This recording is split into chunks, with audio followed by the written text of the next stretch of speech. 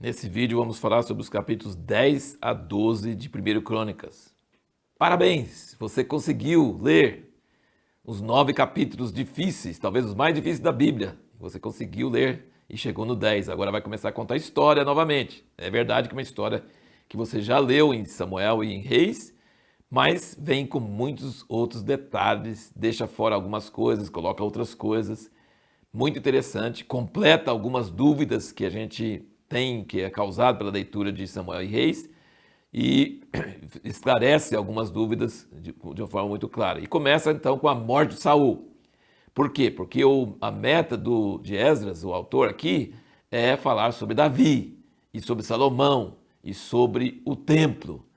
Ele quer falar novamente sobre esse auge da história de Israel, o ápice da história, a era áurea da história de Israel. E então ele fala sobre a morte de Saul no capítulo 10 e no versículo 13 ele fala assim: assim morreu Saul por causa da sua infidelidade para com o Senhor. Nós vimos, né, a desobediência dele, porque não havia guardado a palavra do Senhor 2 vezes, também porque buscou a adivinhadora para consultar, e não buscou ao Senhor, pelo que ele o matou e transferiu o reino a Davi, filho de Jessé. Interessante, porque houve toda aquela discussão, será que aquela necromante fez Samuel subir dos mortos, ou era um demônio travestido de Samuel? Não dá para saber, pode ser uma coisa, pode ser outra, tanto faz. Mas aqui fala claramente que essa consulta dele a ela foi um dos motivos porque Deus levou Saul à morte. Ele se suicidou lá no campo de batalha com os filisteus. Então, se era Samuel ou se não era, não interessa. É proibido, não mexe com isso. É a área proibida. E aqui fala porque ele não consultou o Senhor, mas consultou a adivinhadora. Mas ele consultou o Senhor e o Senhor não respondeu. E o Senhor não respondeu porque estava desobediente. Então você percebe que um pecado leve para uma outra mais séria, para uma outra mais séria, ele foi desobediente, Deus não falava com ele, ele queria forçar Deus a falar, e a única pessoa que falava com ele de Deus era Samuel, então ele foi lá buscar Samuel mesmo depois de morto. Então você vê que entra em feitiçaria. A desobediência leva à feitiçaria e é um pecado mais grave, terrível. E aqui nós vemos aqui então no capítulo 11 que Davi é ungido rei sobre Israel.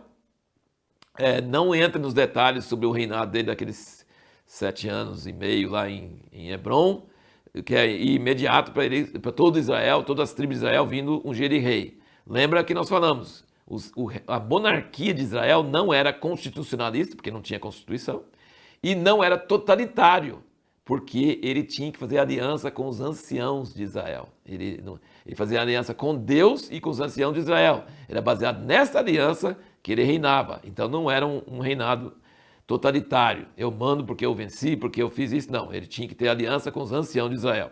E aí a primeira coisa que ele faz é tomar Jerusalém. E aí, às vezes, gosta de falar de gente valente, ele vai falar dos valentes de Davi, né? E a pergunta que nós fizemos no último vídeo foi: numa batalha contra os inimigos de Deus, qual que é a parte nossa e qual que é a parte de Deus? E você vai perceber que sempre o valente tinha uma atitude muito importante. Qual é a atitude dele? Ele defendia, nem que seja um campo de lentilhas, todo mundo fugindo. O que vale um campo de lentilhas? Não, ele não pode retroceder diante do inimigo. Então ele defende o campo de lentilhas, todo mundo fugindo e o cara fica sozinho lá. Essa é a parte dele, arriscando a morte. A parte nossa é manter a posição firme daquilo que Deus nos deu, daquilo que Deus quer que nós façamos. Nós temos que ser valentes, mas valentia pode ser até perigoso, né?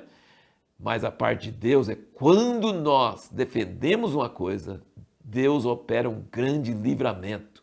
Então, toda vez que Jonatas, Davi e os valentes de Davi venceram, eles se colocaram em perigo, por exemplo, Davi com Golias, Jonatas e seu escudeiro, eles se colocaram em perigo. Mas quando eles se colocavam em perigo, aí Deus entrava em ação. Você defende, você se coloca, você arrisca, e a parte de Deus é trazer livramento. Deus opera livramento quando você se coloca em perigo. E aí, em vários lugares aqui, fala sobre a questão, várias frases interessantes. Por exemplo, no capítulo 11, no versículo 9, ele diz: Davi tornava-se cada vez mais forte, porque o Senhor dos exércitos era com ele. Eu amo essas frases. O Senhor dos exércitos era com ele. ele se tornava cada vez mais forte. Por quê? Porque o Senhor dos exércitos era com ele. Com Deus você pode fazer tudo, sem Deus nada. Com Deus você pode ser minoria, você vai ganhar. Sem Deus você pode ser maioria, você vai perder, não vai dar certo. Outra coisa aqui muito interessante, no capítulo 12, fala sobre as tribos e os homens que foram chegando a Davi. E olha que coisa interessante, da tribo de Benjamim, que era a tribo de Saul, vieram muitos para apoiar Davi. Isso é demais, isso é uma coisa impressionante. Vieram muitos para ajudar Davi, da tribo até de Benjamim. Depois fala de todas as tribos e os valentes e como é que eles chegavam para Davi e quais eram as habilidades deles. Assim, várias frases assim muito interessantes. O que fala, por exemplo, dos filhos de Isacar, no versículo 32, eles eram entendidos na ciência dos tempos para saberem o que Israel devia fazer, todos seus irmãos sob suas ordens.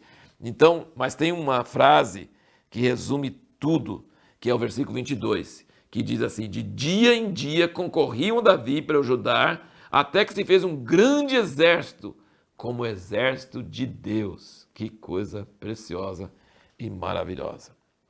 E a pergunta que nós vamos responder no próximo vídeo é: por que apesar de Deus gostar de espontaneidade, precisamos tomar cuidado para não exagerar? Deus gosta de gente espontânea, mas precisa tomar cuidado, porque tem hora que a espontaneidade não vai dar certo. Nós vamos ver isso no próximo vídeo.